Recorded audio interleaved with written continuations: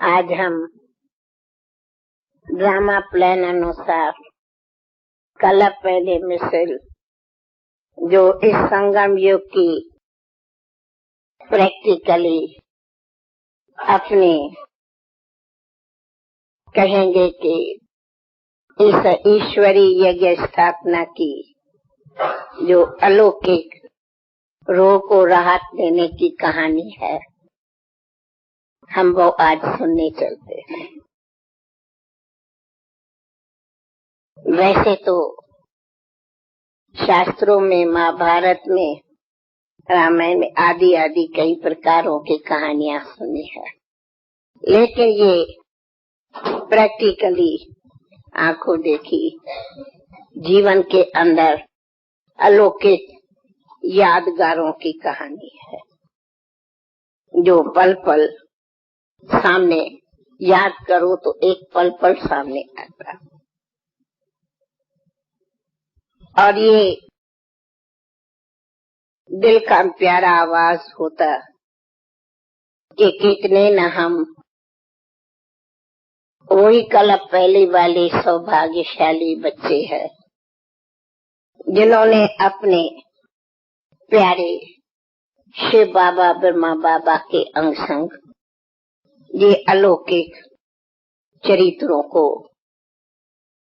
पाया अथवा इस अलौकिक चरित्रों को देखा और उसी चरित्रों में ही हमारी पालना हुई। उन चरित्रों से ही हमें बाबा ने ये अपना अलौकिक जन्म सिद्धाधिकार दिया है। तो जैसे कल हमने मधुबन वासियों को सुनाया, तो वो कहानी थी सिंध हैदराबाद जो आज पाकिस्तान है, जो बहुत करके बाप ब्रह्मा बाबा की अथवा हम सबकी जन्म भूमि है। और उसी जन्म भूमि पर ही ये अलौकिक जन्म की भी हमारी वही भूमि है। लौकिक जन्म की भी वही भूमि, तो अलौकिक जन्म की भी वही भूमि है। और यज्ञ की स्थापना की भी अलौकिक वही भूमि है। और उसी अलौकिक हैदराबाद भूमि के से हम सब अनेक बाबा के बच्चे आज भी इस समय यज्ञ में भी है अथवा कहाँ बाहर भी है। कहीं तो इस समय भी शरीर छोड़ के भी अपने एडवांस पार्टी में गए हैं। अगर वह भी नाम लियूं लिस्ट तो बड़ी हमारी लिस्ट है। जैसे को सीधन भी बताया कि इस हमेशा हम जब भी ये वो दुनिया के सामने श्राद्ध कहते, हम तो प्यारे बाबा के बच्चों का वतन का भोग कहते, हर साल उन आत्माओं को अनेकों को याद करते, बाबा वतन में बुलाते और अपना यज्ञ का प्यारा ब्रह्मा भोजन उन्हों को खिलाते। तो हमारे सामने वह अलौकिक महारथी भी आज जैसे मेरे सामने आते। फिर से मैं उन्हों का नाम लियूं तो जैसे हमारे पहले तो प्यारी जगत अम्बा माँ, जिसका आज इतना कितना गायन सारे भारत में हो रहा है नवरात्रि का।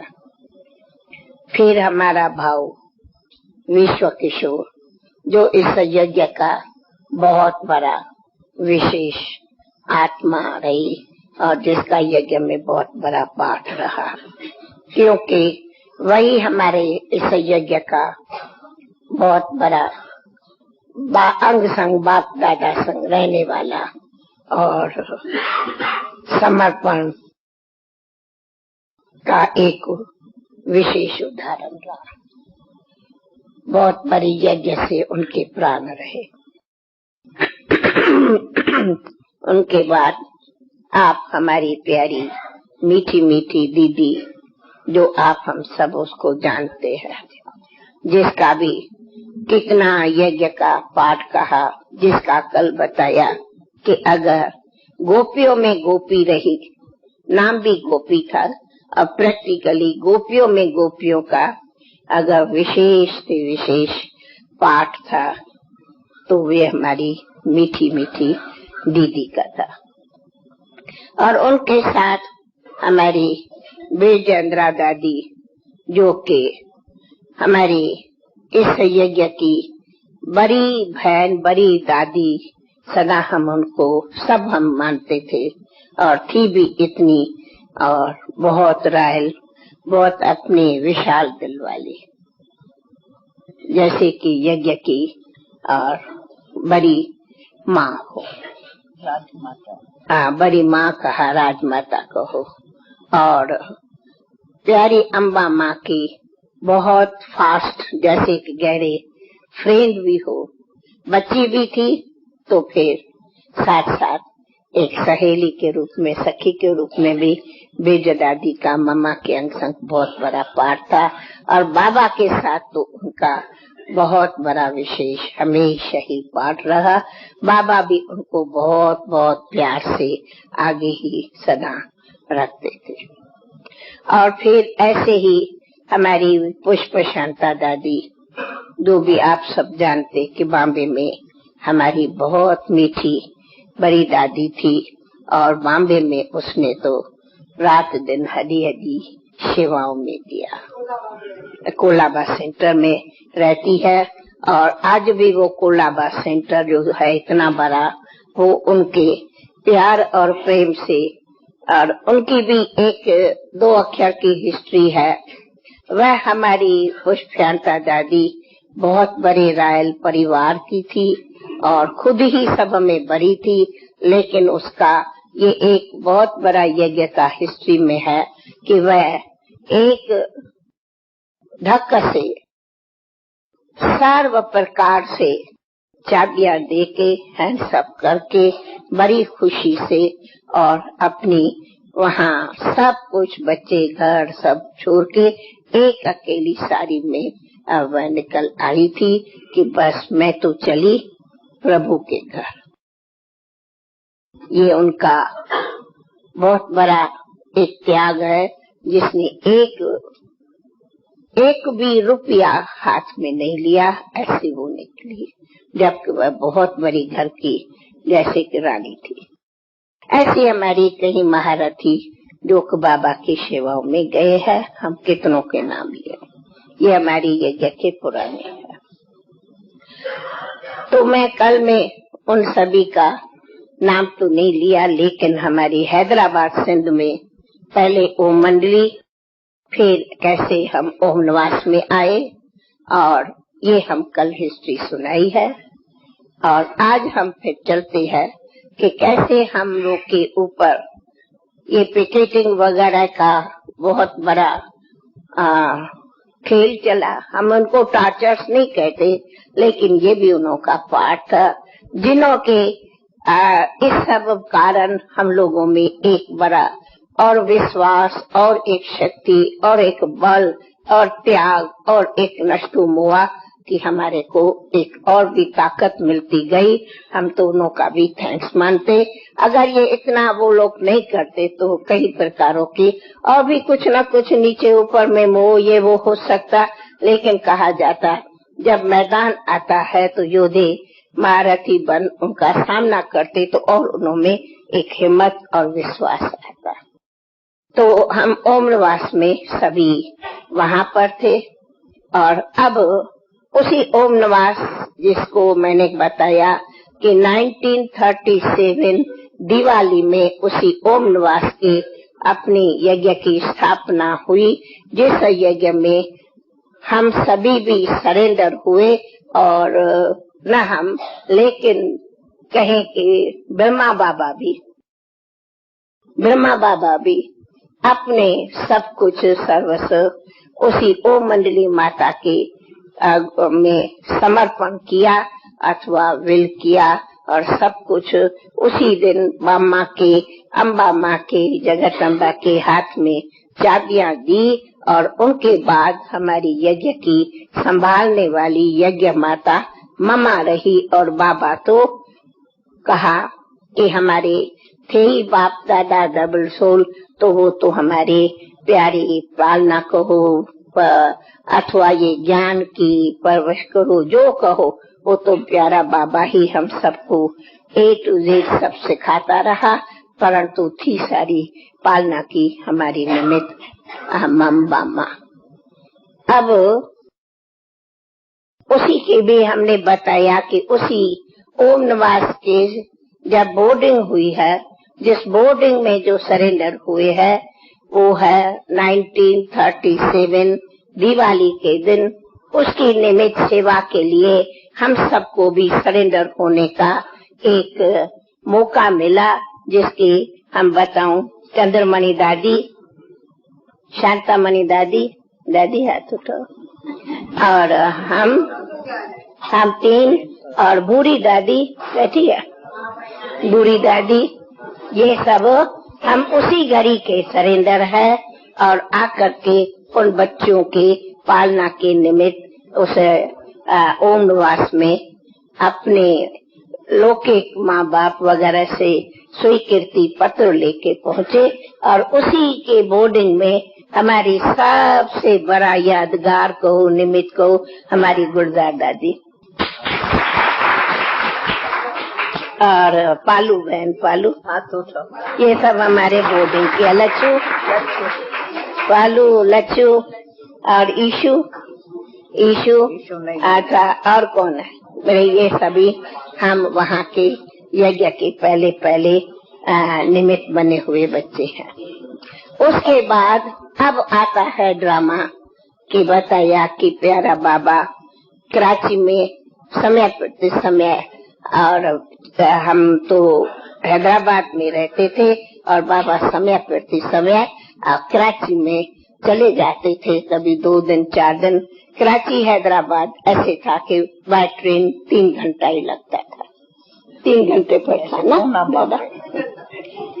ऐसे पूना बॉम्बे, जैसे बॉम्बे पूना ही कहो, ऐसे कराची थी सिंध की राजधानी और हैदराबाद ऐसे ही था जैसे पूना में एक बिजनेस हो वगैरह, ऐसे वहाँ पर थे। परंतु अपने रूप में एक हैदराबाद अच्छा शहर था, टकरी वगैरह भी थी, तो हवा पानी कराची से भी हैदराबाद का अच्छा था और हवा पानी सब वहाँ का अच्छा था। तो मैं एक उसी घड़ी फिर मैं हैदराबाद की बात सुनाती। ये हमारे हाथ में स्वयं बाबा का हस्ताक्षर पत्र है, जो बाबा खुद लिखता है, मैं स्वयं को कैसे अर्पण करता हूँ। एक सैंपल कि ये उसी घड़ी से हम सब का यादगार पत्र है। लौकिक माँ बाप खुद हम लिख के पत्र दिया है कि हमको बाबा करते। मैं पढ़ के सुनाती हूँ, पक्का सिंधी पत्र है। ओ मंडली रूपी माता के प्रणाम, प्रणाम सिंधी है पक्का। ओ मंडली रूपी माता के प्रणाम, हिंदी समझा ना, के माना को। माँ मोकल सां, ये बाबा जी सही है, लेखराज सही है, बाबा जी लेखराज, अभी ब्रह्मा बाबा थोड़े नाम पड़ा है। माँ मोकल सां ओम मंडली में ज्ञान, माँ अर्थ बुधाया थी, पहली माँ सिंधी पढ़ लेती हूँ फिर हिंदी सुनाऊंगी। माँ मोकल सां जगह परी है थोड़े आगे खे पढ़ना। माँ मोकल सां ओम मंडली में ज्ञान अमृत पियण ऐं पियारन वास्ते अचां थो। पहले सिंधी सुनो। मूंखे मोकल ॾियण वारे खे अन्य शक्तियों चङी तरह सुञाणन दिव्य दृष्टिअ सां। लेखराज। अब मैं हिंदी बोलती है। ओम मंडली माता को प्रणाम। ओम मंडली रूपी माता को हम कहते थे ओम मंडली माता, ओम मंडली रूपी माता को प्रणाम। मैं माँ मोकल सा माना मुझे मोकल से छुट्टी से मुझे छुट्टी से ओम मंडली में ज्ञान अमृत पीने और पिलाने लिए उसी समय से बाबा की सर्विस का संस्कार पीने और ज्ञान अमृत पीने और पिलाने लिए आता हूँ। मैं मोकल से मैंने छुट्टी से मैं ज्ञान अमृत पीने और पिलाने आता हूँ। मुझे छुट्टी देने वाला, अब बाबा को छुट्टी देने वाला कौन? पहला सवाल है बाबा को छुट्टी देने वाला कौन? अब उसी से समझो। जबकि मैंने कहा उस टाइम तो सब ज्ञान गुप्त राज सब कहीं गुप्त। मुझे छुट्टी देने वाले को, देने वाला कौन? शिव बाबा। मुझे छुट्टी देने वाले को अन्य शक्तियाँ अच्छी तरह से पहचानती है दिव्य दृष्टि द्वारा। अन्य शक्तियाँ दिव्य दृष्टि द्वारा पहचानती है अच्छी तरह से। ये पत्र है 18 पहली 38, 18 जनवरी 1938 कराची का है। ये पत्र कराची का और साइन है लेखराज। सुना? अच्छा, ये बाबा का हस्ताक्षर पत्र है स्वयं।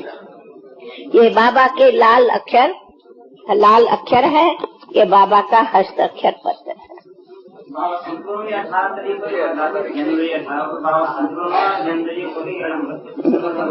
अच्छा, ये सुना एक पत्र।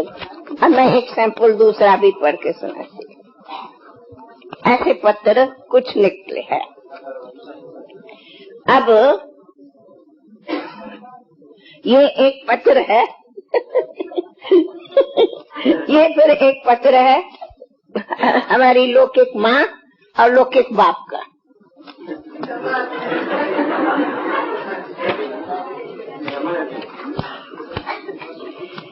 ये लौकिक बाप लिखता है। सती, मैंने बताया सती बहन माना कुंज बहन की लौकिक माँ जो शांता क्रूज में और रहती थी, वो लौकिक में बड़ी बहन थी। आशरी छोड़ दिया। माँ पंहिंजी बालकी सती बाई खे, सिंधी में बाई कहते, ओ मंडली में ज्ञान अमृत पीअण ऐं पीआरण लाइ वॾे प्रेम सां मोकल ॾियां थो। गोपाल दास, हाँ, बड़े प्रेम से।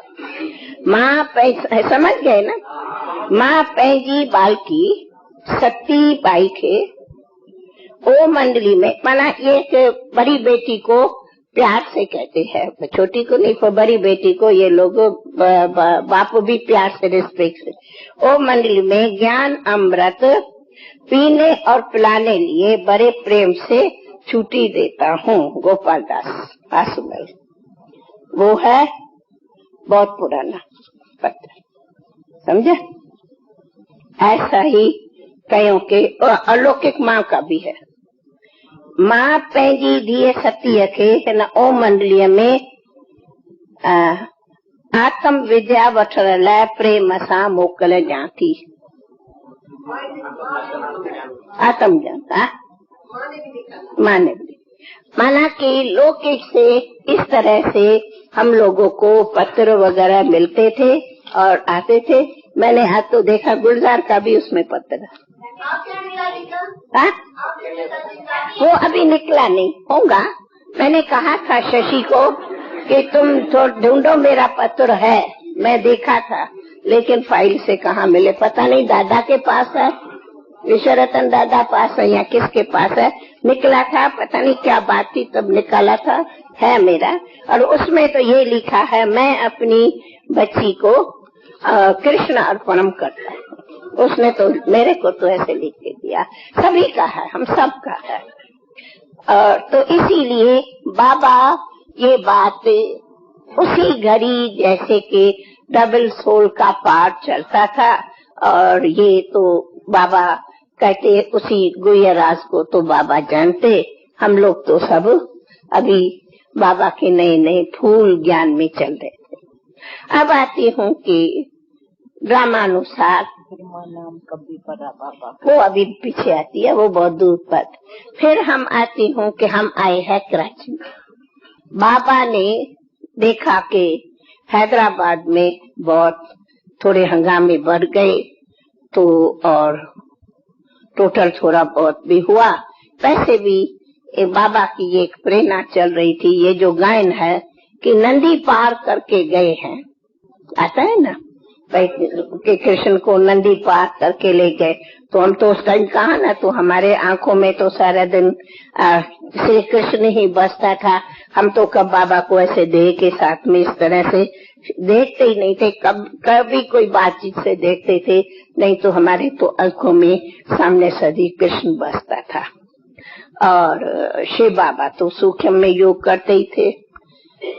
फिर आए कि बाबा ने सबको हमको हैदराबाद से कराची में बुलाया। अब कराची में बाबा ने इस तरह सारे बंगले को सजा के ठीक ठाक पूरा रखा। मम्मा पहले गई है, बाबा है और हम दादिया बच्चों को लेके बाकायदे और वहाँ पहुँचे हैं। दादी वाली थी 38 दिवाली। तो जब हम वहाँ पर पहुँचे हैं तो बाबा ने बहुत अच्छा प्यार से हम सबका वहाँ स्वागत किया। वो भी हमारा लिए बहुत शाही एक नवाब का बंगला था, बड़े रोड पर, हाई रोड पर आगे बड़ा गार्डन था। और वहाँ हम पहुँचे और वहाँ बाबा ने हमारा सब कुछ वहाँ इंतजाम किया। कराची कैंट सदर बाजार जहाँ से पुल थी, फिर हम बाबा के पास कैल्टन ब्रिज थी आज। तो बाबा उस टाइम पहला अभी एक ही बंगला था जब हम वहाँ आए हैं। फिर वहाँ अपनी बाबा बच्चों को सबको जैसे स्कूल हो गए ऐसे पढ़ाना वगैरह शुरू किया। और तो इतने में हमारी जो ये सब बहनें थी, मिसाल सामने में पहला नंबर दीदी, ये मनोहर दादी, ये सभी अब वे हैदराबाद रह गई क्योंकि ओम मंडली में आने जाने लगी। हम लोग तो ओम निवास में जो सरेंडर हुए वे सब आए। अब ये जो ओम मंडली सत्संग में आती थी ये लोग कैसे आवे, क्योंकि मनोहर दादी ये सब तो ओम मंडली सत्संग में आते थे। हमने बताया हम तो ओम निवास में सरेंडर थे, तो हम तो उधर रहते थे, अब बाबा उधर रहते थे तो ओम मंडली में। अब ये लोग कैसे होवे, तो इन्होंने भी ये फिर मैं देखा कि इन्होंने यूनिटी करके और क्या किया कि सारा झुंड का झुंड अंदर ही अंदर सारा टाइम बना के हर एक रात की ट्रेन होती थी 2 बजे। जब तुम सोए रहो हम चुपचाप भगवान के घर चले, ये सब चुपचाप आधी रात को निकल स्टेशन पर पहुँचे और 2 बजे उसी ट्रेन में सब की सब झुंड निकल आए। और घर वाले सवेरे उठे तो देखे ये हमारे घर में कोई है ही नहीं बस। और ये भी कोई गुप्त वायर, कोई टेलीफोन वगैरह नहीं, लेकिन कैसे इन्होंने अपना सब कुछ एक दो को इशारा दे दिया क्योंकि मंडली में तो ये लोग जाते थे छिप छिप के। फिर वहां से ये पहुंचे। अब ये जो पहुंचे फिर तो बाकी भी हैदराबाद में तो हाय वेला मच गई, क्या हुआ ये भी नहीं। वो सुबह को उठे, वो कहे ये मेरी नहीं, वो कहे वो मेरी नहीं, वो कहे अरे ये क्या हो गया। तो बाबा ने तो फौरन टेलीग्राम दिला दिया कि भाई इन्हों कोई आप लोग अपने अपने घरों में टेलीग्राम दे दो कि हम पहुंच गए हैं इधर, आप हमारी चिंता नहीं करो। तो ये लोग सब तो आ गए। तो बाबा कहा कि बाबा हमारा ताई, बाबा कहते हैं ना मैं तो ज्ञान का सागर भी हूँ, तो मैं प्यार का सागर भी हूँ, तो मैं कायदे का भी तो सागर हूँ। तो बाबा ने इन सभी को कहा मेरे पास नहीं रह सकते, तो हमारे बंगले में तो नहीं रह सकते। तो उसी घड़ी सामने ही एक बिल्कुल समझो यही मकान, इतना ही आमने सामने मकान था, वो बड़ा बंगला खाली पड़ा था। फौरन उसी बंगले में इन सबको कहा वहां रहो, यहाँ इसी बंगले में हमारे पास में नहीं रह सकते। ये भी बाबा हमें कायदा सिखाया ताकि कोई भी पूछे मेरे पास नहीं आए हैं वो वहां रहते हैं। हमारे पास में नहीं है, कोई को भी पूछना है तो उधर जाके पूछो, हमारे पास कोई नहीं है। वहां रहती है उनसे जाके पूछो। दीदी को हेड किया तो फिर दीदी उसके लिए बनी हेड। और भी आने लगे तो और भी एक बंगला था, वो भी बंगला, हमारे बंगले के पीछे बंगला था, तो वहाँ बाबा ने दीदी को हेड बनाया। और दीदी ने कहा जी हाँ मेरे पास आइए, मैंने उनके लिए ये सिलाई क्लास खोला है। मैं, क्योंकि दीदी हमारी लौकिक में सिलाई की बहुत बड़ी टीचर थी, लौकिक में जैसे कोई अच्छी होशियार टीचर हो वैसी होशियार टीचर थी। तो बाबा ने कहा तुम तो दीदी बनी तो बहनों के ऊपर तो बहनें हो गई, तो बाबा तो नहीं रहा। तो हाँ हम सभी और मेजर है, हम कोई सगीर नहीं है, हम मालिक है, हम आए हैं और हमें नहीं जाना है, हमको वहाँ पर छुट्टी नहीं मिलती, हम नहीं रह सकते, हम श्री कृष्ण के सिवाय नहीं रह सकते, उसके लिए कोई हमें रोक नहीं सकता। तो बाबा ने इन्हों को उसी हिसाब से उसी बंगले में रख लिया। और बंगला तो आमने सामने था। खैर फिर हमारी उधर में बड़ी अच्छी कहो तो यज्ञ की बड़ी शाही, जितना बाबा का परिवार, बच्चे, हम लोग, ये वो, देखो तो बहुत संगठन हो गया। ये लोग भी सामने ही तो थे, हो तो एक ही। बहुत अच्छी पढ़ाई हुई, शुरू हुई। अच्छा, तो फिर हमारे पास में कराची में कोर्स करने वाले, ये कोर्स कराना भी उसी घड़ी से ही शुरू हुआ। फिर देखो कोर्स करने के लिए कराची वाले कहीं आने लगे और हम लोग भी, और एक टेबल डाल के 2 कुर्सी 4 कुर्सी, बगीचा बड़ा था, कभी कोई को कोर्स करा रहे हैं, कभी कोई को कोर्स करा रहे हैं। बड़ी रिमझिम मची। और बताया कि रिमझिम के साथ ये भी होता था कि दिव्य दृष्टि का तो सदैव पाठ चलता ही था। फिर आने वाले ओम की धुनी हुई और दिव्य दृष्टि में गए और बहुत ध्यान दीदार फिर चलने लगा। और ये भी फिर आगे बढ़ता गया। तो फिर वो हैदराबाद में जो हमने बताए नहीं कल भी, तो वो जो हमारे बड़े प्यारे मित्र, मामी काके नानी चाचे, जो बड़े हमारे प्यारे प्यारे मित्र थे, जिन्होंने हमें इतना त्याग सिखाया, उनको बड़ी त्याग लगने लगी। करे तो क्या करे। तो उन्होंने बहुत ही और जोश में उनके प्लान चलने लगे, क्या करे।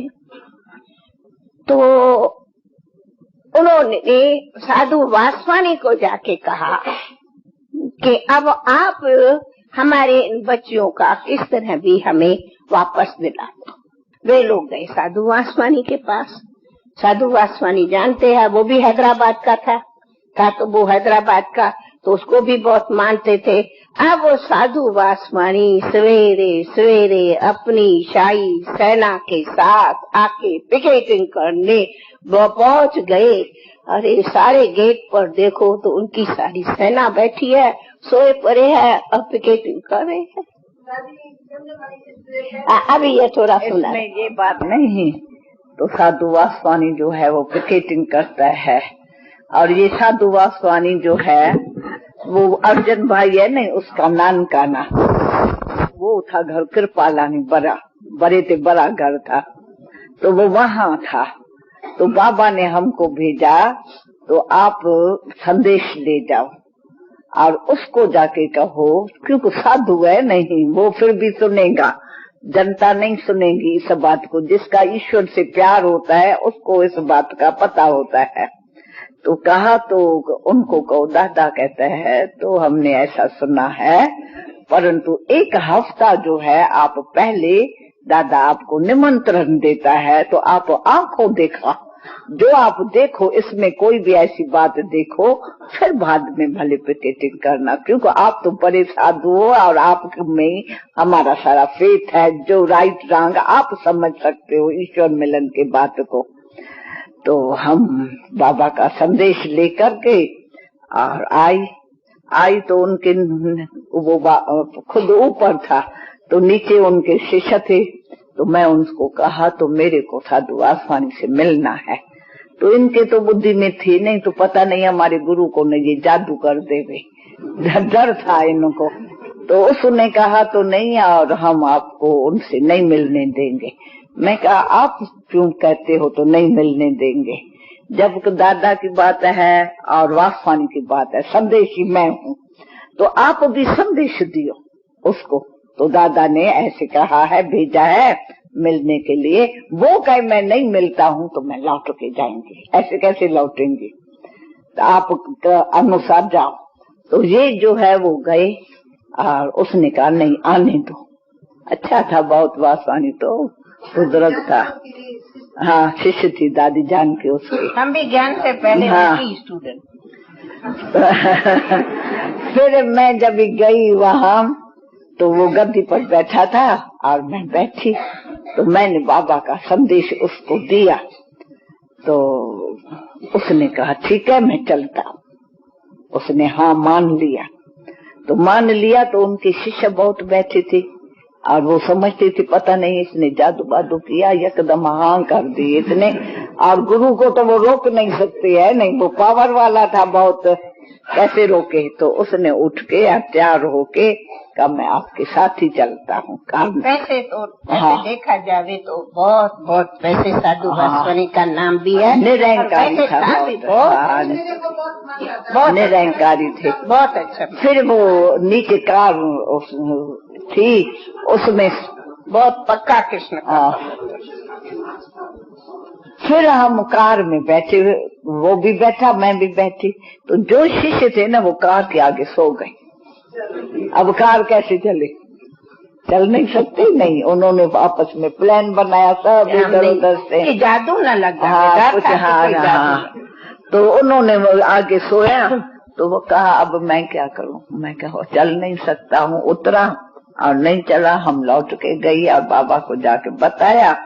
तो दूसरे दिन फौरन जल्दी जल्दी इन्होंने किया। फिर न कुछ कोई आए संदेश देवे क्या करे, तो फौरन उन्होंने आगे तैयारी करके रखी थी। नहीं, तभी वो फिर दूसरे तीसरे दिन पिकेटिंग शुरू हो गई। तो जब ये पिकेटिंग शुरू हुई तो ब्रिटिश राज था। तो एक फोन किया वहाँ ब्रिटिश राज जो मुखी थे, नहीं तो वो सब ऐसी लश्कर जैसे लड़ाई के तोबे लेके और चारों तरफ किले के साथ चारों तरफ कोठी के खड़े हो जावे, नहीं ऐसे वो आई थी। और 1 मिनट में जो है आए और उनको हटाया। इतनी बड़ी भारी पिकेटिंग बंद हो गई उस टाइम। और उस टाइम ऐसा मनोहर का बहुत, मनोहर और गंगे इनकी माताएं जो दोनों ही थी, नहीं तो वहाँ मोटा साहब क्या कहते हैं उसको, हाँ, तो वो बाबा के बंगले के साथ साथ उनका बंगला था। तो जो एंटी थे तो वो वहाँ जाके बात करते थे। नहीं तो प्यार बहुत हमारा था उनसे। परंतु क्या हुआ, उन्होंने बता के रो के और उसको कहा कैसे भी हमको बाल क्या लेके दियो उसके उसमें। तो वो भी जैसे उसके तरफ थोड़ा हो गए सुन के। तो वो टाइम पिकेटिंग का प्लान में और उसमें फिर उसने हमको मदद नहीं की, उनके तरफ हो गया। तो ये जो है इनसे, इसकी तो हिस्ट्री है कैसे इनसे पर्सन किया है, क्या किया है वो। हाँ, फिर सब जो ये ऐसे पिकेटिंग पूरी हो गई। ये सब लड़कियों ने 2 मिनट जाके क्या बात की जो उनको जादू लग गया। पहले हमारे को कार में उसने बिठाया, आंखें दिखाई, तुम जाओ का तुम्हारी माँ तय कर लिए, जाओ बैठो कार में। तो हम छोटे छोटे थे, उस कार को ऐसा देखा जैसे रावण मुझे मरो गए। हमारे को कार जाओ जाके कार में तुम्हारे माता पिता सब रो रहे हैं, बैठो। अच्छा, यहाँ आके बोलो। हाँ, वही बना मैं। अच्छा, मैं ऐसे तो कई नहीं बात मैं बताऊँ। इसी का वनौर दादी का एक बड़ी अलग बात आई कि वासवानी का हमारी पिकेटिंग गिरी, उसमें इन लोग का विशेष बात हुआ कि क्या था कि कराची में क्रस्टन ब्रिज पर एक था ये मोइटा भाई रहता था। ये मारवाड़ी है, अभी भी शिवरतन मोइटा का। यहाँ भी बहुत बड़ा इंडोर वगैरह में उनका बहुत बड़ा बिजनेस है। तो वो कराची में एक माननीय सेठ माना जाता था और बाबा का बंगला नजदीक में इधर था। तो इसीलिए उनको बहुत हमारे लिए प्यार था, रिस्पेक्ट था। बाबा को सामने देखता था तो पाँव पड़ जाता था बड़े प्यार से। तो ऐसे उन्होंने समझा ये लोग इनको मानते हैं, अब हम इनको कहीं जाके रोके कि हमें बच्चियां निकाल के दियो, तो वो जो होती थी वो उनके पास में चले जाते थे रो रो के कि हमारी बच्चियां मंगा के दियो। तो उसकी बात मनोहर दादी कहती है कि उस टाइम में वो उनको कहते थे और वो आके प्यार से बाबा को कहते थे, बाबा झगड़ा है, माताएं है, रोती है, आपके तरफ से लोग को कहो कि जाओ, फिर क्या होंगे तो ये आप ही आएंगे। अब मैं फिर आपको इन बच्चों को बुला के दिखाऊंगा और आप बाबा इनको दादा छुट्टी दियो और इनको इशारा करो, आप सिर्फ इशारा करो ये चली जाएंगे। और बाबा के न मेरे पास आई है, न मैंने बुलाया है, न मैंने कुछ कहा है, आप जानो बच्चियां जानो। बाबा भी न्यारा प्यारा हो जाता था। लेकिन फिर मतलब उसने बहुत कहा तो ये लोग अभी फिर ये सब वापस कैसे गए हैं। फिर आती हूँ नेक्स्ट हिस्ट्री है कि सगीरों को वारंट मिला। ना जी बाबूजी बोलो। हाँ लेकिन तुम लोग कोई भी बुलाना या तोड़ फोड़ नहीं करेंगे, तोड़ नहीं करेंगे। तो वो जुलूस निकाल के हमारे गेट कैसे हो गया। तो जब गेट के आगे निकला तो वो फिर जोश में सोने पत्थर फेंकना शुरू कर दिया। बस वासवानी ने ये देखा ना तो अपना हाथ निकाल दिया, कहा तुमने तोड़ फोड़ किए, अभी मैं तेरे साथ नहीं रहूंगा। फिर सीधा वो वासवानी चला गया। उनका कनेक्शन जो है वो उनसे फिर खत्म हो गया। वासवानी ने कहा तोड़ फोड़ या मार पीट ये मैं नहीं सुनूंगा। तो उसको ये जो पत्थरबाजी मारी ना अंदर, गेट तो हमारा समझो गेट इतना हमारा मकान से दूर था, हम लोग सब मकान में थे, गेट हमारा इतना ही दूर था जैसे हम समझे कि अपने गेट से और वो गेट ये भी नजदीक है, लेकिन वो इनसे भी काफी दूर गेट था। तो गेट से बाहर थे हम लोग, तो अंदर थे, आगे तो गार्डन था। तो हम लोग को तो पत्थर उन्होंने भले फेंके, हम लोग भी अपने बंगले के पहरे पर थे, लेकिन बाहर नहीं थे बगीचे। पत्थर फेंका लेकिन हमें नहीं। तो उस पर उसने कहा कि आप लोगों ने जो ये पत्थरबाजी किया इसलिए मैं अभी आप लोग का साथ नहीं दूंगा। अच्छा मैं जाता हूँ। वो जब निकल गए तो इनों की पिकेटिंग का फोर्स चला गया और मोहटा भाई ने भी कहा, फिर वो समझो पिकेटिंग छोड़ के और वापस चले गए। तो ये एक फिर अखबारों में छपता गया और ये एक हंगामा टोटल बढ़ता गया। तो आखिर वो लोग समझे क्या करें। और इसी बीच में हमारे साथ में कराची गद्दी थी, राजधानी थी, ब्रिटिश राज था। हम लोगों को ये सब क्योंकि जैसे मिलिट्री आई सब देखा पिकेटिंग, तो बाबा ये भी रखते थे, उन मिनिस्टर्स वगैरह को अपने साथ रखते थे। उसमें मुख्य ये था कि जो आती है ना पुतलू बहन, मुख्य बिरजा इंदिरा की बड़ी बहन, तो बड़ी बहन का जो पति था मुखी, वो मिनिस्टर था। वो भी उसी टाइम में मिनिस्टर था। जैसे माना देश में वो मुखी माना सारे सिंधु का मुखी, सिर्फ हैदराबाद का नहीं, सिंधु का वो मुखी था और बहुत बड़ा जमींदार था और साथ साथ वो मिनिस्टर भी था। और वो बाबा को बहुत मानता था। पुतलों को इसीलिए छुट्टी मिलती थी बिरजेंद्रा के कारण भी, चाहे वैसे बाबा से उनका बहुत दिल से प्यार था।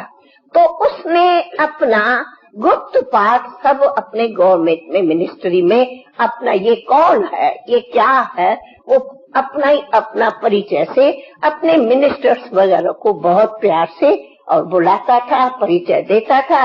तो क्या हुआ कि अपने अंदर मिनिस्ट्री जो थी वो सब हमारे तरफ उन्हों तक ये बातें सब पहुंच गई थी और वो सब हम लोगों को मानते थे। मुझे एक भी याद है उस टाइम में गुलाम अल्लाह बख्श था, वो था तो मुसलमान, लेकिन बहुत बड़ा रिस्पेक्ट था उनका, बहुत बड़ा प्यार था, मानता था।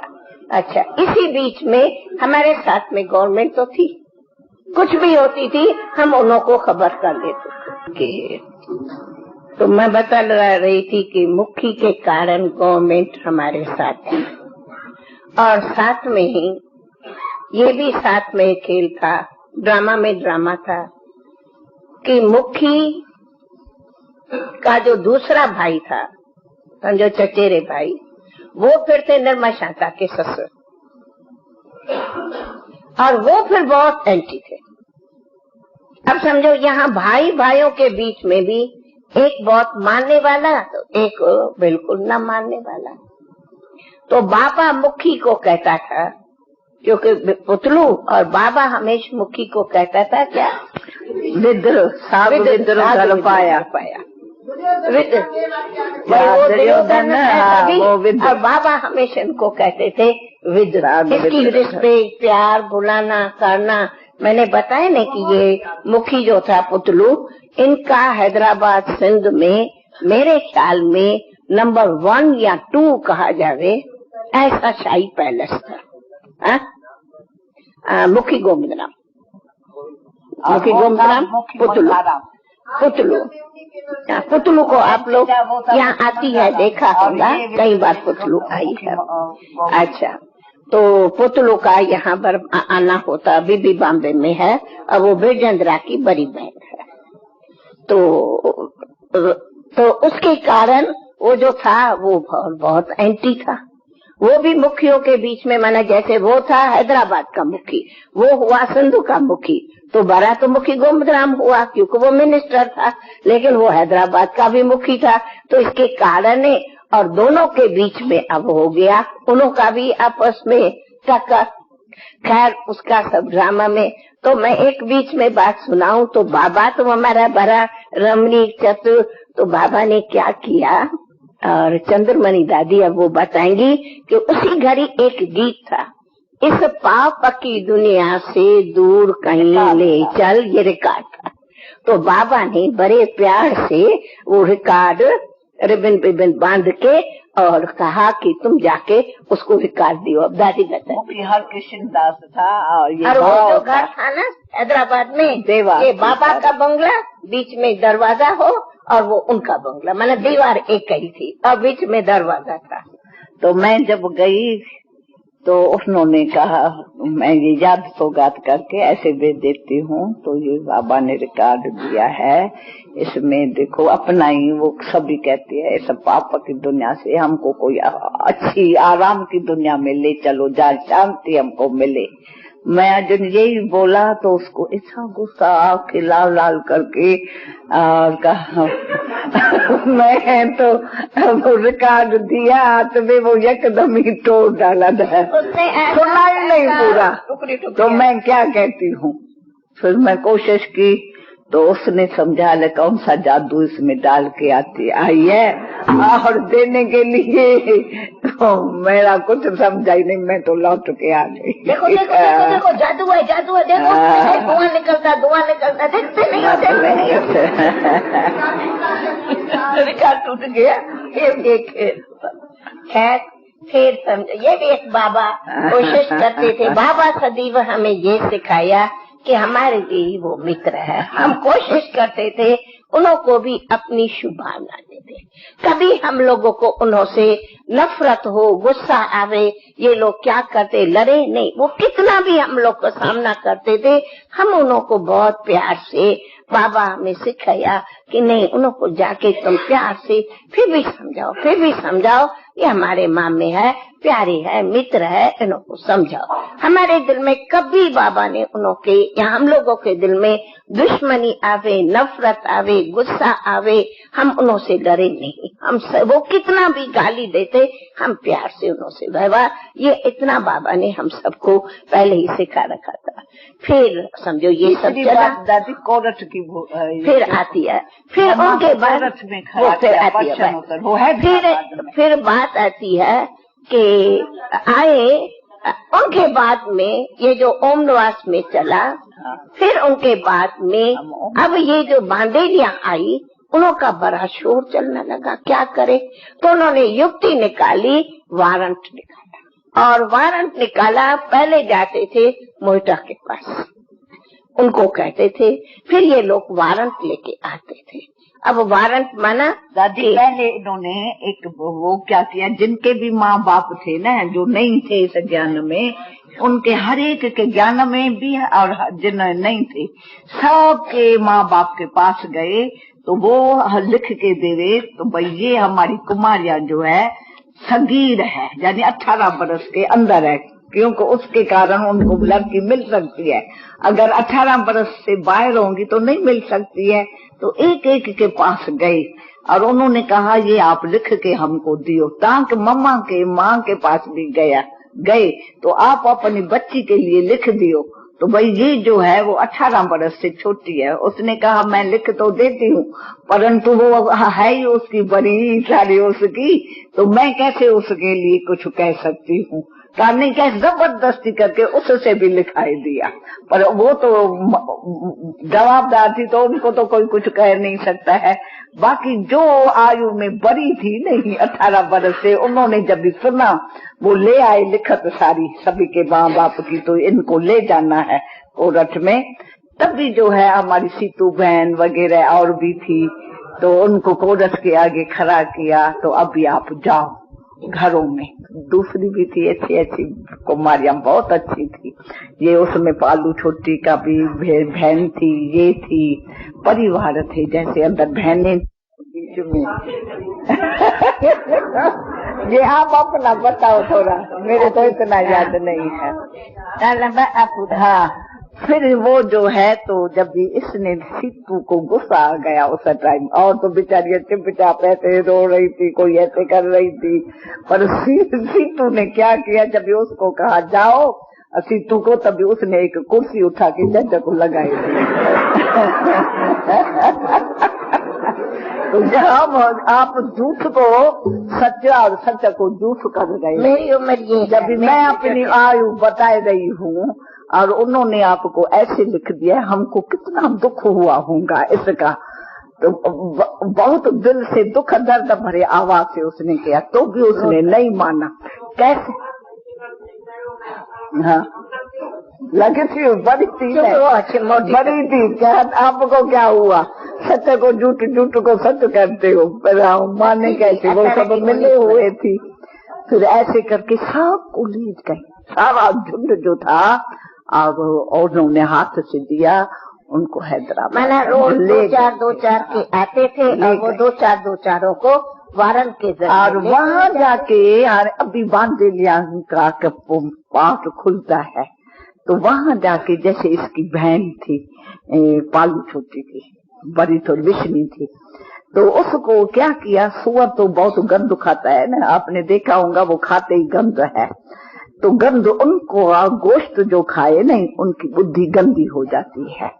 तो इन्होंने क्या किया, सुअर का गोश्त जो है वो इन्हों के सब्जी में मिला दिया, पाउडर। हाँ, कोई मिला के, और इन्हों को पता न पड़े। तो ऐसा खाने में हमको क्या, वो कोई जादूगरों से जो होते हैं ना, ये मंत्र जंत्र पढ़ने वाले, उन्हों के द्वारा ये सुअर के गोश्त का पाउडर करके और चाहते थे कि हम इन बच्चियों को खिलावे तो जादू उतर जावे, जादू लग गया। ये मोमा वगैरह कई सबके ऊपर ऐसे आपस में मिलके ये प्लान बनाया था। फिर कोई को तो लग गया, बुद्धि ऐसी थोड़ी हो गई, जो थी उनको नहीं लगा। जैसे हमारी पालू है, ऐसी कई बहनों को लगा ही नहीं, उनको वाइब्रेशन आ गया कि ये भोजन में कुछ देते। उन्होंने कई दिन अपना खाना छोड़ दिया, कहा मैं तुम लोग का खाना नहीं खाना है, आप लोग हमें पकाने दो तो अपने हाथ से पका दे, नहीं तो हम भले पानी पर रहेंगे, जल पर रहेंगे, जल भी अपना नलके से लेंगे, हम आप लोग से नहीं लेंगे। वो भी कहे नहीं, ये भी कहे हाँ। ऐसे करके ये जो वारंट से गए ना, अब उन का वहाँ झुंड बड़ा अंदर ही अंदर हो गए और तालों के अंदर बंदे, निकलना नहीं मुश्किल हो गया। परंतु ये सब अंदर बहुत नहीं, वो 16 तालों के अंदर, 16 ताला शीलेंद्र को था।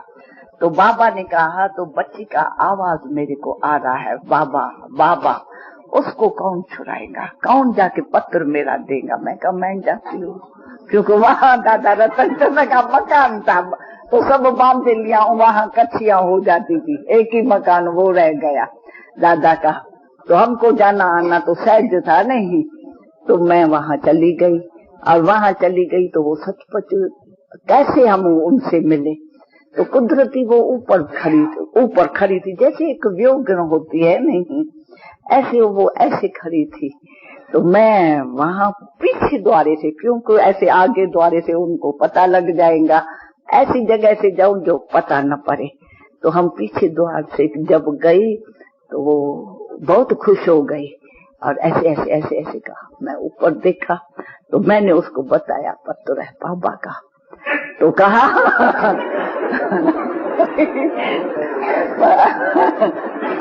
पत्र है बाबा का। उसने वाला कहा से धागा लिया किया, क्या मैं भेजती हूँ, इसमें पत्र बांधो और बांधो मैं खींच लेंगी। देखो कैसे धागा। तो मैंने, उसने मेरे को भेजा और मैं वो चिट्ठी जो थी उसमें बांध के और उसको भेजी, और उसने पढ़ी। इस रीति से जो है सब जो है सब अंदर बांधती थी। गंगा की हालत न पूछो, गट्टे मुआफिक जैसे जानवर होता है उसको चारपाई से बांधा हुआ था, कोई को कुछ किया हुआ था, वो सता बांधे लोगों की बात। वो फिर दादी मनोहर और गंगे, बाबा इनको कहते थे हरि, इनका नाम था हरि और गंगे। ये दोनों सहेलियां थी, क्योंकि ये बहुत बहुत सख्त बांधेलियां थी। तो वो तो मनोहर दादी अपनी हिस्ट्री सुनाती, कैसे मैं गंगे के पास जाती थी। तो मैं एक दिन की बात सुनाऊं, मुझे बाबा ने गंगे के पास भेजा, इसको भेजा। तो गंगे क्या थी कि उनको घर में ये चारपाई, उनके पायों से जंजीरें डाल के, पाँव में चेन पड़ी हुई, ताला पड़ा हुआ, सोई पड़ी थी। और ड्रामानुसार वो जिस मकान में सोई पड़ी थी उसके ऊपर में एक अपनी स्टूडेंट मुरली बहन थी, उनका घर था। अच्छा, हमें ये खबर पड़ी तो हमको बाबा ने कहा ये चिट्ठी उनको पहुंचाना है। अब कैसे पहुंचावे, रंगीन कपड़ा पहना। अच्छा, जैसे हम बाहर की कोई हूँ, छिप के उनके घर से गई। उनके घर से गई, आप लोग को पता है कि सिंध में वो चिमनियां होती है। तो पहले मैंने देखा कि अकेली है या कोई है, तो खिड़की से देखा तो वो ऐसी खिड़की होती कोई नीचे से देख नहीं सकता जब तक बाहर में। तो मैंने देखा कोई नहीं है। फिर मैंने ओम शब्द धीरे बोला तो उसने वो सोई पड़ी ऐसे, तो उनकी आंखें थी ऊपर। तो जैसे मैंने देखा तो उसको कहा कोई है का नहीं, बाबा की पत्र। तो उसको मैंने ऊपर से पत्र दिया, और उसने नीचे में वो अपना पत्र भर के और धोती में छिपा दिया कि कोई देखे नहीं। ऐसे बाबा के हम बच्चे कहा न कहा अनुचर बन करके और उनको पत्र देते थे। फिर तो हुआ वारंट की बात। फिर मैं आती हूँ, वारंट से हमारी कई बहनें चली गई। यहाँ तक तो अब बढ़ता गया। ये वहाँ तरफे हम लोग के पास रोज वारंट आवे, और कभी तो ऐसा भी हुआ और कोई वारंट न होवे तो आकर के कहे मैं ऐसा भाई हूँ, मैं अपनी बहन से मिलने आता हूँ। मिलने के बदली में वो उठा के उनको बालों से पकड़ के डोली कर करके उठा के ले जाके कार गेट पर खड़ी रहती थी, जाके कार में फेंक देते थे। ऐसे भी कई बहनों को किया, और हम लोगों से ये सहन न होवे। हमारी बहनें ऐसी जाती रहे। आखिर बाबा क्या होगा, हम भी देखते रहे। कितनी बहनें हमारे साथ थी, सब चलती गई, हम तो वहाँ थे। इसी बीच में मैंने एक दिन सुनाया था कि मम्मा के लिए भी वारंट आ गया।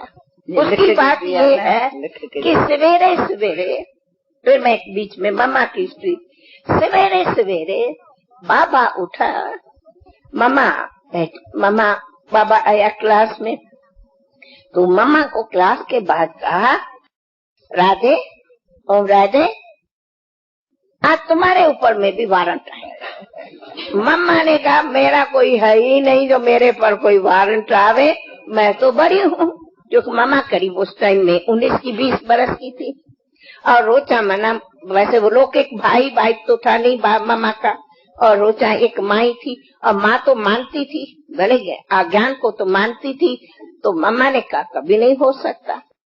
खैर बाबा ने कहा हाँ देख लेना, देख लेंगे। मना कोई बाबा तो हंसी किया, बाबा को पता नहीं था। अच्छा देख लेंगे।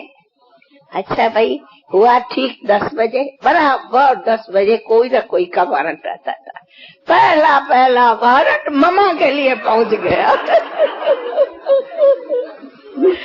बुलायो ममा को ऑफिस में, मम्मा तेरे लिए ये वारंट आ गया। पायरी हो गई, ये कैसे हो सकता, मेरे लिए वारंट कौन है? रोजा की बराबर सही पड़ी हुई है, कैसे ये होगा? मम्मा ने कहा ठीक है, हम जवाब देती हूँ। मेरे को तो अपनी बर्थ डेट भी याद है, इसलिए मैं तो अंदर हूँ नहीं, एज के सगीर नहीं हूँ, मैं तो एजेड हूँ।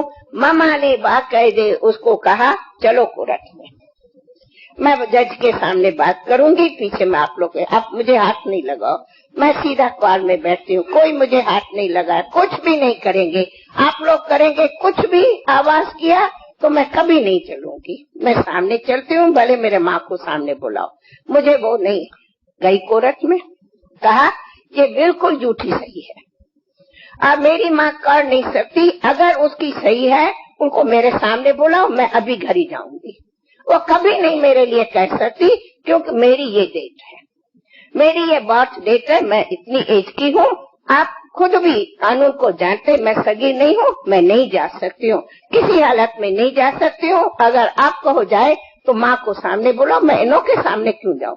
ये कौन है? ये मेरे कोई केयर टेकर है? नहीं, मेरी माँ मरी है, उनको बुलाओ, मैं इनों के साथ नहीं जाऊंगी, मैं भी यहाँ बैठी हूँ, मैं नहीं जाती हूँ।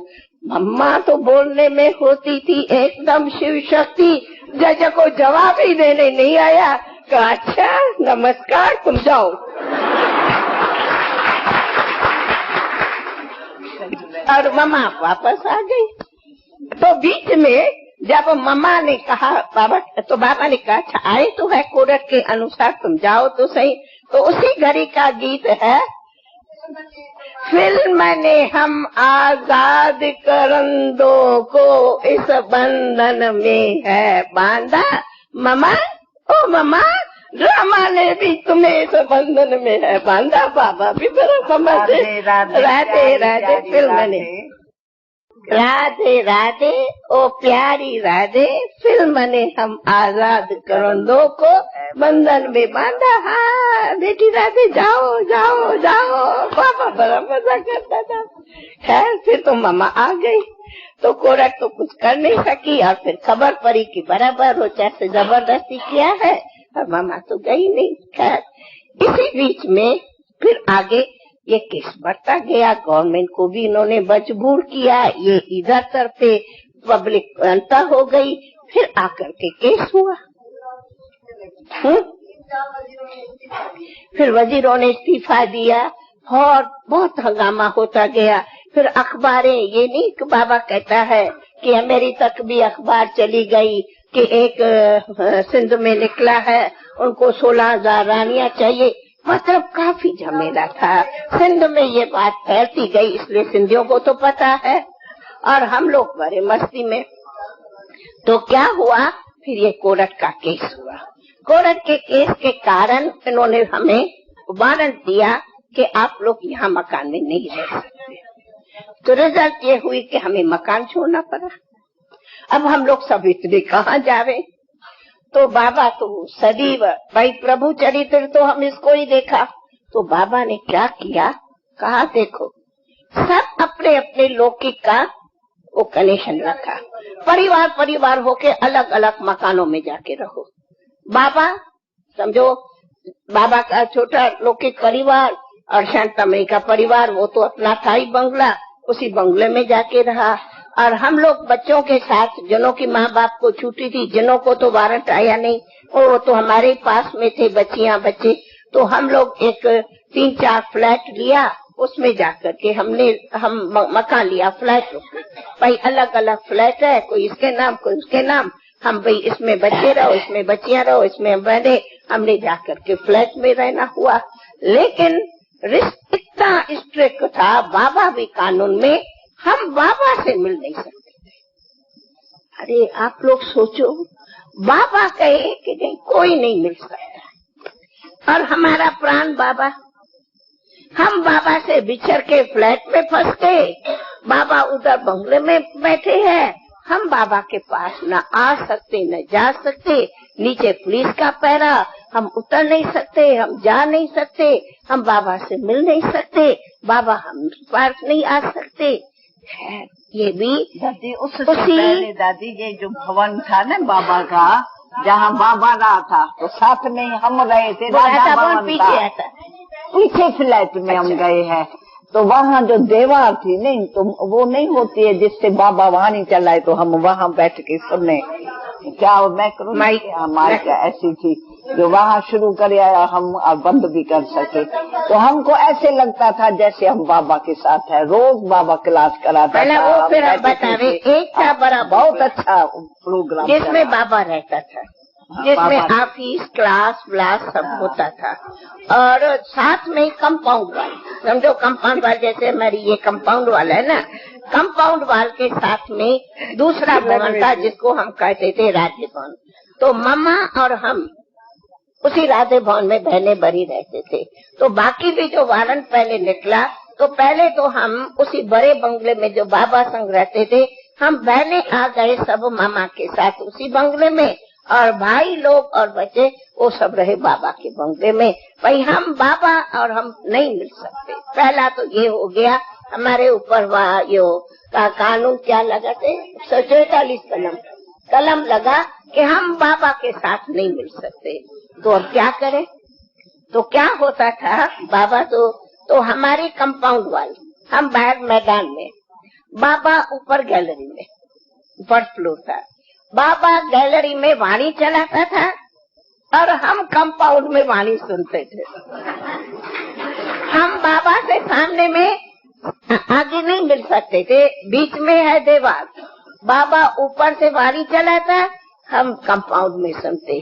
तो माइक थी, पुलिस गेट पर है, तो कहा गेट तो हमारे से बहुत काफी दूर था, बंगला हमारा दूर था, तो गेट तो था, पुलिस थी बाबा के बंगले पर, हमारे बंगले पर पुलिस नहीं थी, बाबा से नहीं मिल सकते थे ना, तो पुलिस वहाँ थी, वो वहाँ बैठे रहते थे, कुर्सियों पर आराम करते थे, और हम आराम से इधर गैलरी से बाबा से हम रोज सवेरे 1 घंटा खरे खरे बाबा वहाँ वाणी चलावे, हम यहाँ सुने, हम बाबा हमसे हम गीत गावे, हम गीत गावे, बाबा गीत में जवाब देवे, बाबा गीत गावे हम जवाब देवे। ऐसा हमारा रोज सवेरे सवेरे मिलन हो जाता था। ये तो इतनी अलौकिक थी जो हम क्या बताओ। ऐसे करके मतलब हम बाबा से मिलते थे, लेकिन बाकी बाबा का वहाँ रहना, हमारा वहाँ खाना पीना, उधर का उधर उधर, ताकि हम प्रैक्टिकली सच उसी नियम अनुसार हम बाबा से, मेरा ख्याल है 3 मास तक हम डायरेक्ट बाबा से पास में नहीं मिले। हम 3 मास का हमारे ऊपर कलम था, और उसी कलम के बाद भी फिर ये बात आई तो हमें उधर से भी हटाया, फिर हम जाके फ्लैट्स में रहे। फिर हम फ्लैट्स में भी 3 मास रहे। फिर बाबा ने अलग अलग किया, भाई दीदी का परिवार एक अलग स्थान पर रहे, हम लोग बच्चों से अलग रहे, और चंद्रमय दादी के परिवार दूसरे, ऐसे हम 5-7 जगह में, हम कुमारियां सब आपस में थी, ताकि सब बिखर गए। खैर ये भी ड्रामा 3 मास चला। अब इतना सामान, कोई कम सामान था, हर टाइम 3 मास में सामान इधर से इधर ले जाओ, उधर से इधर ले आ जाओ, वो कोई कम बात थी। उसी में एक हंसी की बात सुनाऊं कि जब बड़ा बंगला हुआ तो क्या हुआ कि इतने लोग कम से कम हम जब भी आकर के इकट्ठे हुए पहले तो मेरा ख्याल है कि 150-200 हो गए। तो 150-200 का खाना पीना भी तो होता। तो बाबा ने भाव को लिखा कि आप कोयला भेजो धनबाद से। मैं हिस्ट्री बताऊं तो एक बोगी हमारे पास कोयले की आ गई। अच्छा, कोयला तो हमारे पास आ गया, रख दिया। अरे वारंट निकला जावे, बंगला छोड़ते जावे तो कोयला कहाँ ढोए।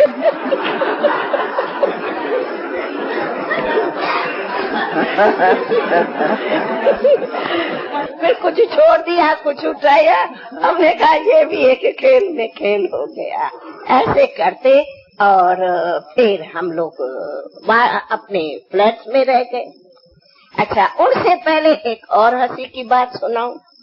जैसे हम कराची में आए अभी ये वारन पारन पीछे होता, बीच में पहली बार एक दिन बाबा सवेरे सवेरे उठ के, और बाबा ने क्या किया, एक न्यूज़पेपर में एक सूचना भेजी। क्या भेजी कि हमारे नाम से, नाम तो रामा था, तो नाम से बाबा ने अखबार में लिख भेजा कि ऐसी ऐसी नाम की एक ब्राह्मणी है और उनको ऐसा ऐसा ऐसा गुणमान ऐसा ब्राह्मण बच्चा चाहिए, और जिसको जो ऐसा ब्राह्मण बच्चा होवे वो इसी पोस्ट बॉक्स नंबर पर अपना पत्र लिख भेजे। इसमें बाबा ने सीता और राम का मिसाल दिया। तो जैसे सीता और राम ने सीता को कैसे वरमाला पहनाई, चुना, अपने जैसा किया, वैसे ही जो है अपने जैसा बनाया। तो ऐसा कोई हो भी राम जैसा जो इस सीता को आके वरे, जिसमें सीता का जो राम ने धनुष तोड़ा ऐसा कोई अच्छा धनुष तोड़ने वाला होवे तो वो हमारे आगे आगे और उनसे ये हो जाएगी, वो उनको वरेंगी। कितने लड़के आए, अरे फिर तो बेचारी लड़के ही आवे, मैं मरूंगा इनके पीछे। कितने लड़के हम सब हार खाते जावे, बाबा उनसे सारा पूछता जावे और सब लौटते जावे, ऐसे निकल करके आकर सब हार गए। कोई नहीं ऐसा था जिसने जो होना चाहिए धनुष मांगना है, पवित्रता का है। पहले तो सवेरे अखबार आई, ये तो पीछे की बात है, अखबार आई तो मेरे को कहा कुमार का ये तेरे नाम से बाबा ने अखबार डाली है। मैं गई बाबा के पास, मैंने कहा बाबा ये आपने अखबार में भेजा, इतना बाबा मैंने कहा बाबा आपने ये कैसे भेजा, कम से कम और तो कुछ नहीं, लोग एक बाप सुनेगा, कहेंगे इनको क्या हुआ। बाबा को तो दिया थी था तो कुछ नहीं, पर लड़के तो क्या है, कोई चुनरी, कोई सिंदूर, कोई नथनी, कोई इतनी तो पोस्ट इकट्ठी हो गई। कोई धनुष तोड़ने वाला तो निकला ही नहीं, जिसको कोई सीता मिले वो बेचारे नमस्कार करके ही सब चले गए। कोई धनुष तोड़ने वाला ही नहीं निकला। आत्म साक्षात्कार किया हो, ये भी था।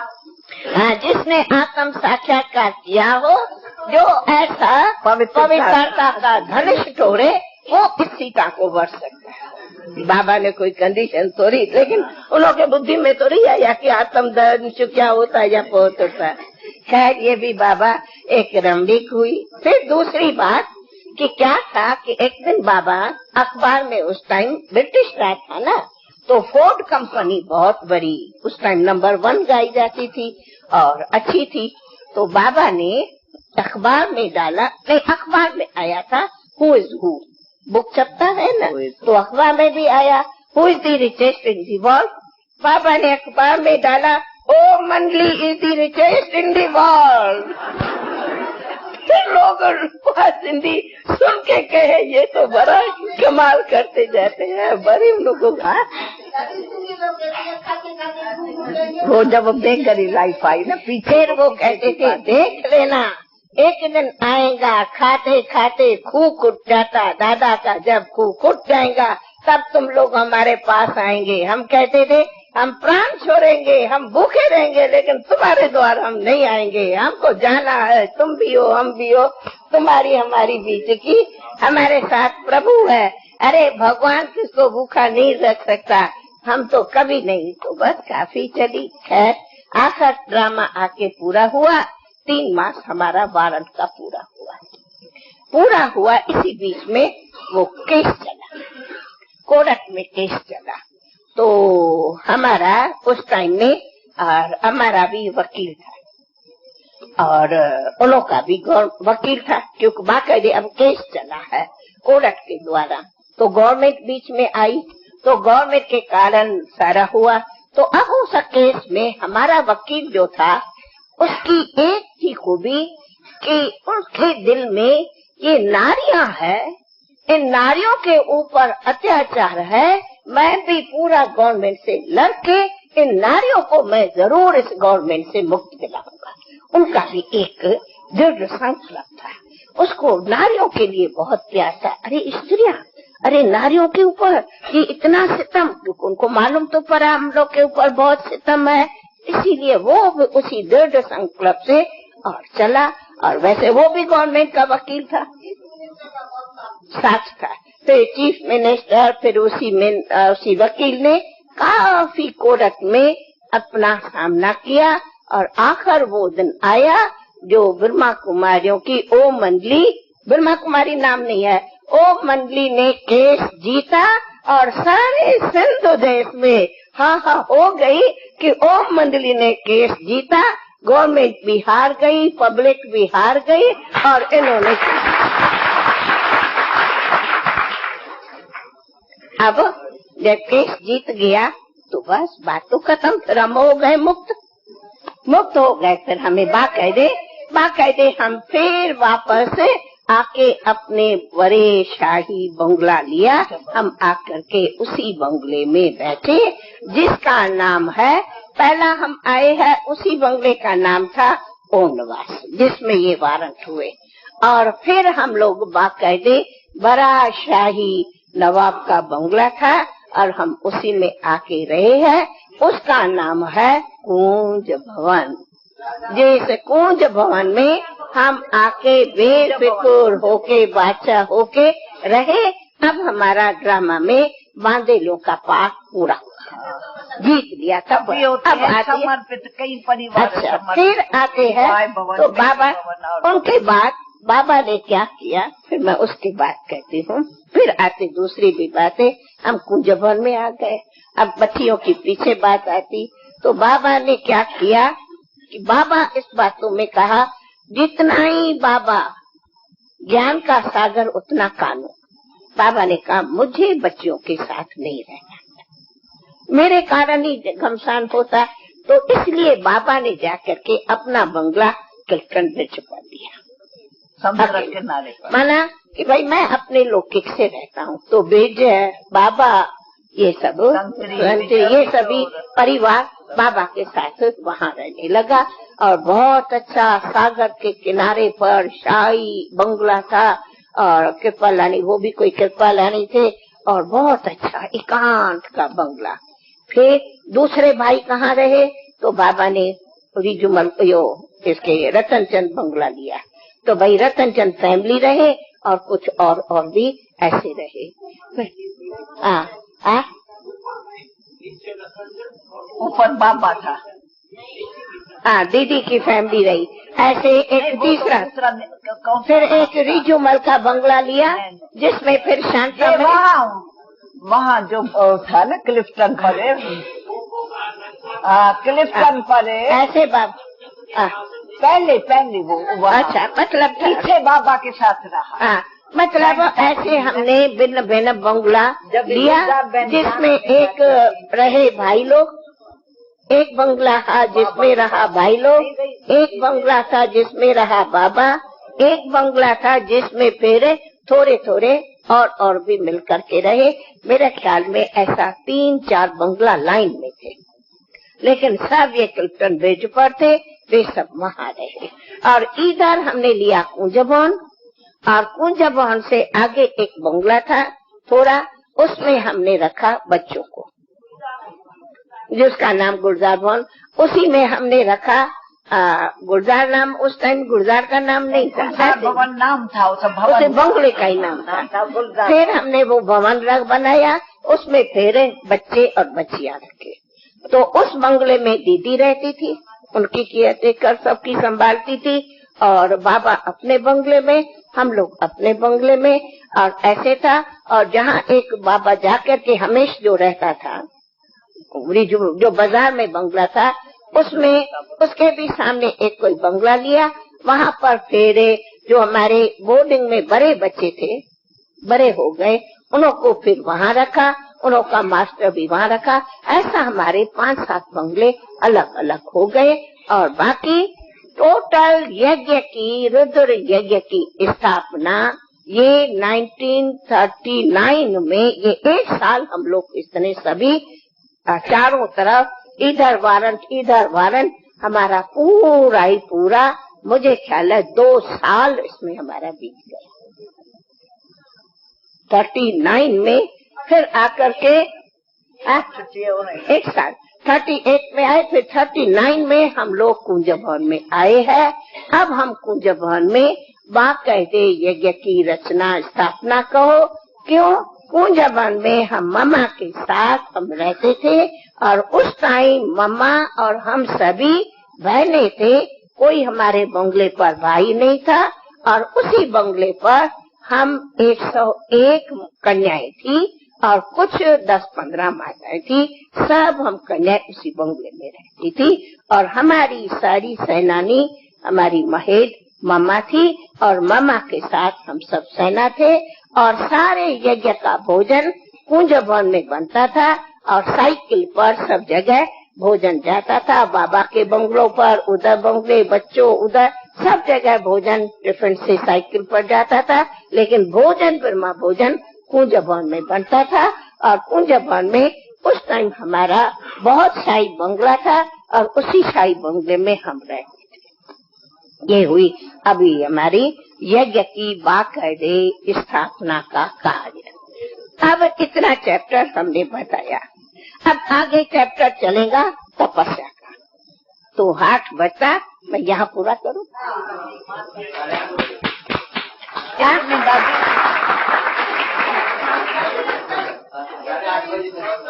नहीं दादी, वो जो हैदराबाद में मम्मा कोरठ में गई, जिसमें आप हम बाबा जसोदा सब चले थे, जिसमें जज ने कहा हाथ को कसम उठाओ, मैं हाजिर नाजिर समझ। कराची का था? नहीं, हैदराबाद में ओम नवाज के सामने जो कचहरी थी ओम नवाज के, हम ओम नवाज। मैंने कल तो एक के सुनाया शिषपाल की, वो दादी दूसरी वो हमने कल इनों को सुनाया कि शिषपाल ने कैसे गालियां दी, वो हम कल सुनाया। हाँ। कि 101 गालियां मिली आमने सामने बाबा को और बाबा ऐसे मुस्कुराता रहा। वो थी कलेक्टर की प्राइवेट ऑफिस।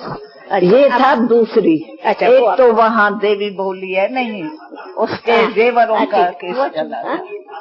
देवी बोली, मैं यही तो कहती हूँ।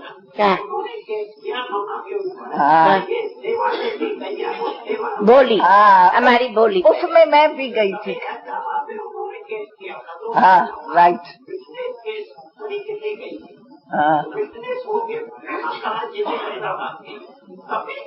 उसको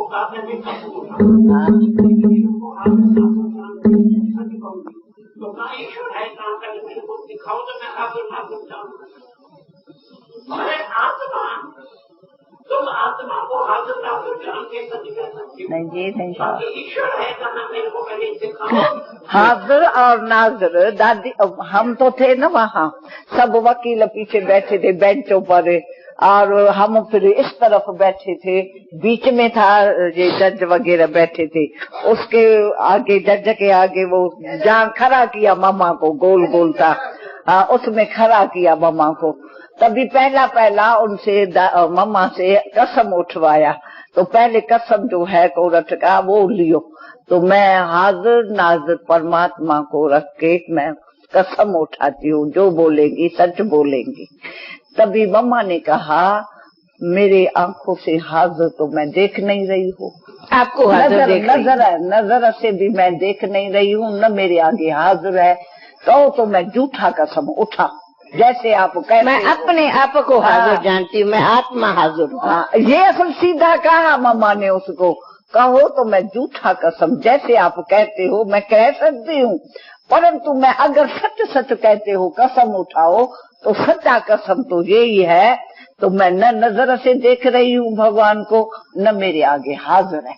ये तो सब समझ सकते हैं, भगवान है ही नहीं, मैं झूठा कसम उठाऊं कोरट में। तभी उसको गुस्सा आ गया। मैं अपने को आत्मा हाजिर नाजिर, आपको भी आत्मा हाजिर नाजिर जान के मैं कसम उठाती, मैं आत्मा जो बोलूंगी वो मैं सच सच बोलूंगी और ये मैं कसम उठाती हूँ। उसी बोल पर लगा जज का गुस्सा आया, 4-5 को कहा इसको जेल डालो, अभी बांध दो, जेल में भेजना है, बहुत धमकाया। मम्मा की असल एकदम अवस्था अच्छी, मुस्कुराए रही है और उसको जेल वगैरह का कोई परवाह नहीं की मम्मा को। मैं बिल्कुल सच बोल रही हूँ। का गीता, हाँ का ये गीता है, मैं कहती हूँ ये गीता है। गीता भी सच बोलती, मैं गीता आखिर कहती हूँ, सच बोलती हूँ। मैं आत्मा, तुम आत्मा, हम हाजुर नाजुर, तुम आत्मा मैं आत्मा, हाजुर नाजुर होके जो बोलूंगी वो सच बोलूंगी। मैं उसका कसम बहुत हुआ। फिर ऐसे जब वो आए ना बांधने के लिए, तो वकील बैठे थे पीछे, तो उन्होंने एकदम रोका, कहा तो वैसे तो ये राइट कह रही है, ऐसे थोड़ी रॉन्ग कह रही है, चाहे हमारी लॉ है उसका कोर्ट का, परंतु हम सोचते हैं तो जो ये हमको रियलाइज हो रहा है, तो ये जो कह रही है वो तो सच कह रही है, इसको हम जेल में कैसे भेज सकते हैं ऐसे ही। तो फिर सबने, जब भी मैं जा रही थी वो हो गई ना जज को समझाने की, तभी जज ने छोड़ा उसको। फिर तो कई प्रश्न पूछा, तो दादा के गोद में आप जाते हैं, तो उसने मम्मा ने कहा नहीं, तो कुछ ऐसी बात की। मम्मा ने कहा नहीं, मम्मा ने जवाब दिया आप बाप हो, आपके बच्चे हो छोटे, क्या मैं आपसे पूछती हूँ, हे जज साहब, आप अपने बच्चों को प्यार से कभी गोदी में उठाते हो?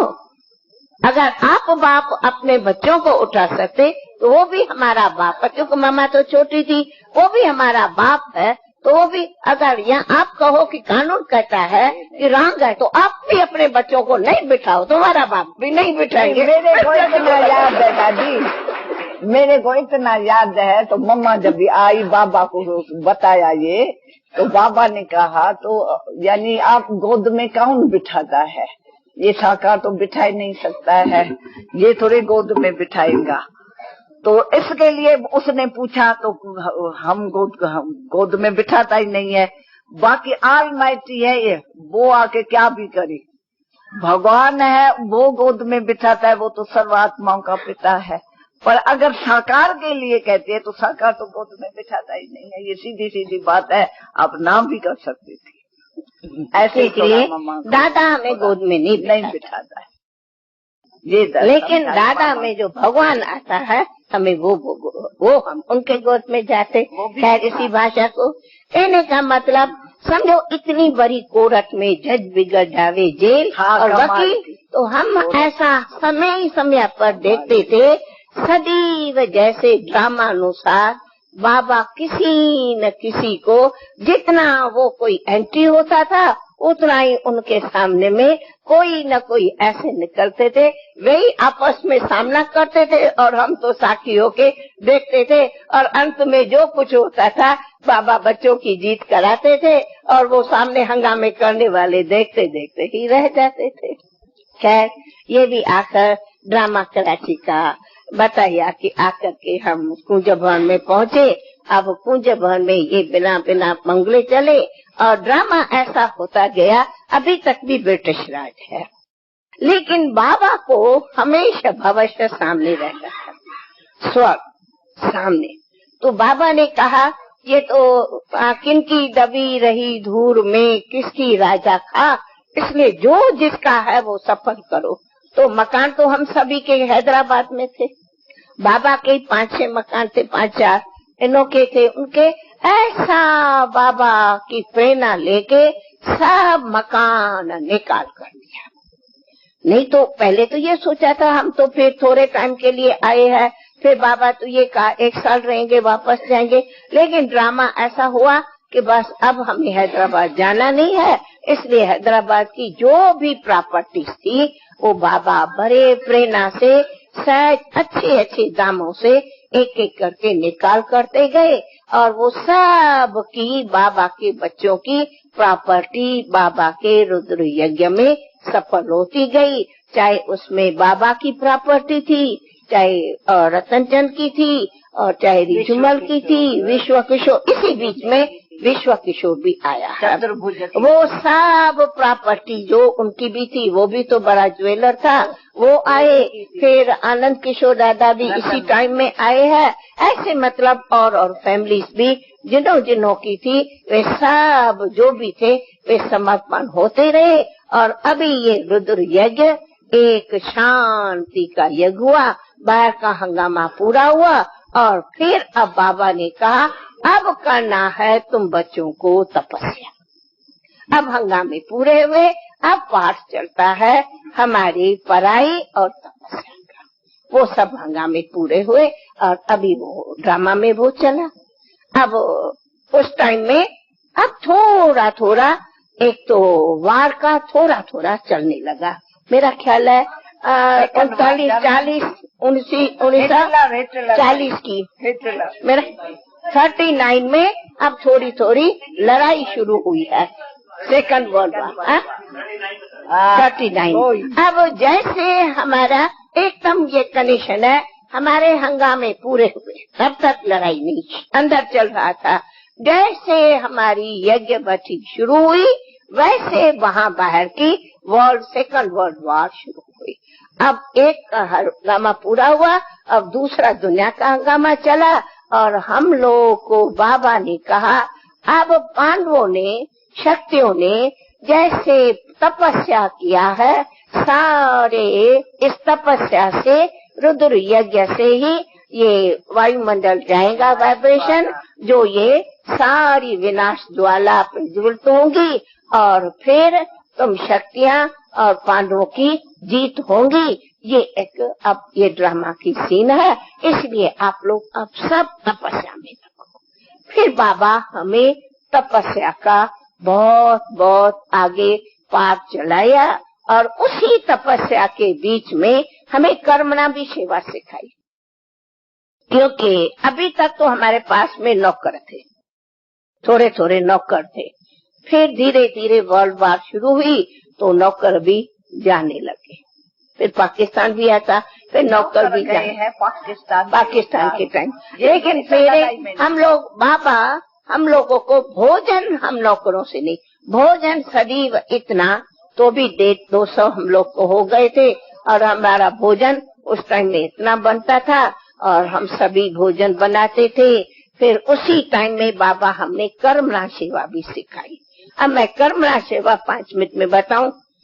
बाबा कहता था भोजन अपने बनाओ, फिर भोजन बनाना, फिर बंगले में गैया रखी, फिर गैयों की सफाई करना, फिर गोबर का वो बनाना, उसे चूल्हा जलाना, उसकी सफाई करना, उनका दूध संभालना, ये फिर धोबी घाट, फिर कहेंगे जाओ जा करके धोबी घाट संभालो, फिर अपने इतने सभी के मिल करके ये सब उस टाइम में भाई ये धोबी घाट पर है, हम सभी जाके कपड़ा धोते थे।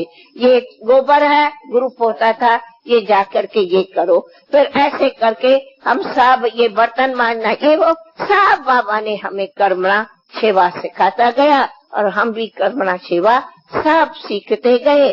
और उसी टाइम में बाबा ने एक ये भी हमें इशारा देके ये मामा ने हमारी सिस्टम बनाई कि हम लोग जो वहाँ रहने लगे उनका ग्रुप बनाया।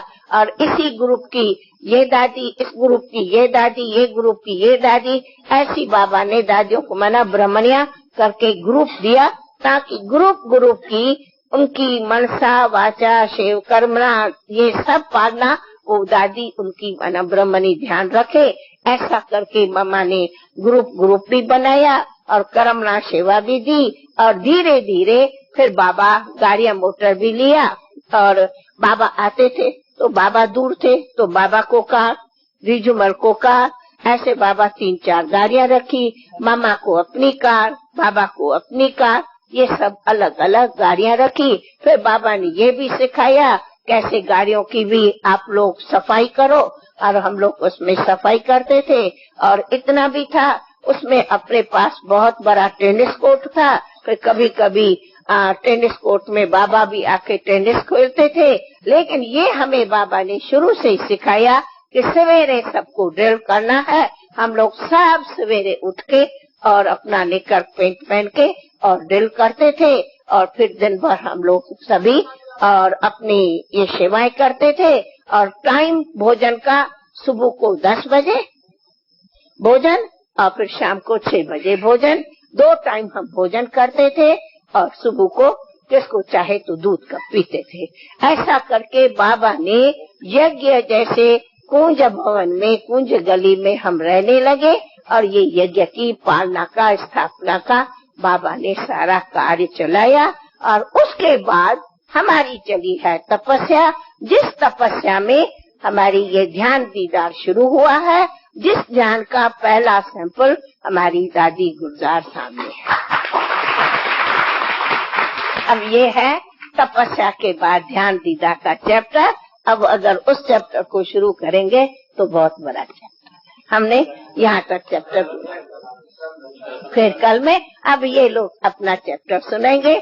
हम तो कुंज भवन की भट्टी तक का आप लोग को सुनाया। अब आ गए दादी, हमारे जहाँ हम सोते थे ना, हमारे कमरे के साथ ही आंगन था छोटा, तो वहाँ सारी रात्रि थी, फुल मून था। ये गुलजार बहन एक छोटा बना है, इधर से इधर से वो मुझे याद है।